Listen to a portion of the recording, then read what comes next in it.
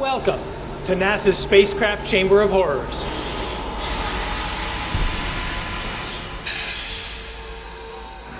Here, spacecraft and components suffer through a grueling battery of tests, all in an effort to see if they are truly capable of performing their mission and surviving the rigors of spaceflight.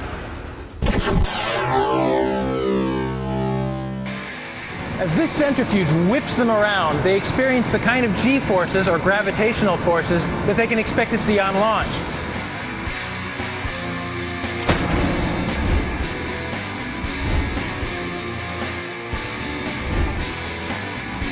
Now, this centrifuge is not for human use.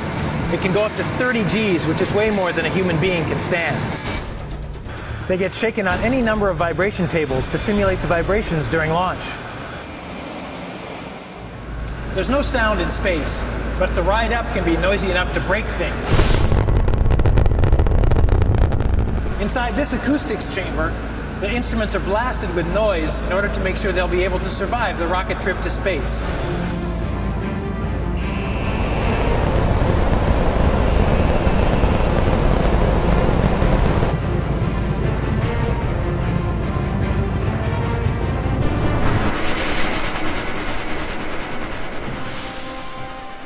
Some, like the new Slick carrier, come to this static load test facility.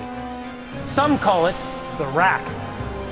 Inside this frame, hydraulic actuators operated by a team of engineers push and pull the new composite payload carrier, testing its ability to withstand the stresses of launch and re-entry. Based on the results from the 1,000 strain gauges placed on the carrier, it passed. In the electromagnetic interference test chamber, radio waves are blasted at the instrument to see if they will disrupt its operations. The instruments are also tested to see if they produce any radio waves that could interfere with other instruments or systems. This is the Space Environment Chamber.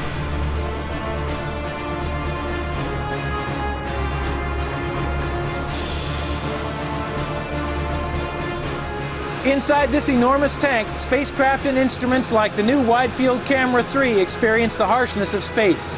The air is pumped out to simulate the vacuum of space, and then the real testing begins. This chamber can heat to a blazing 300 degrees Fahrenheit, and then drop to minus 310 degrees Fahrenheit. In here, the spacecraft must endure the huge temperature extremes it will experience in orbit as it travels from full sunshine to the darkness of Earth's shadow. A typical test can take many weeks.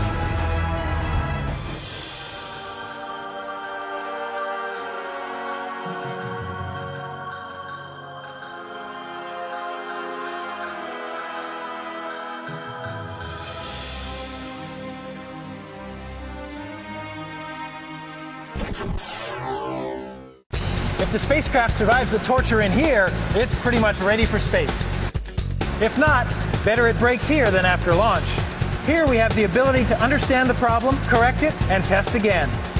All this testing helps reduce the risk of failure on orbit and increase the spacecraft's potential for scientific success.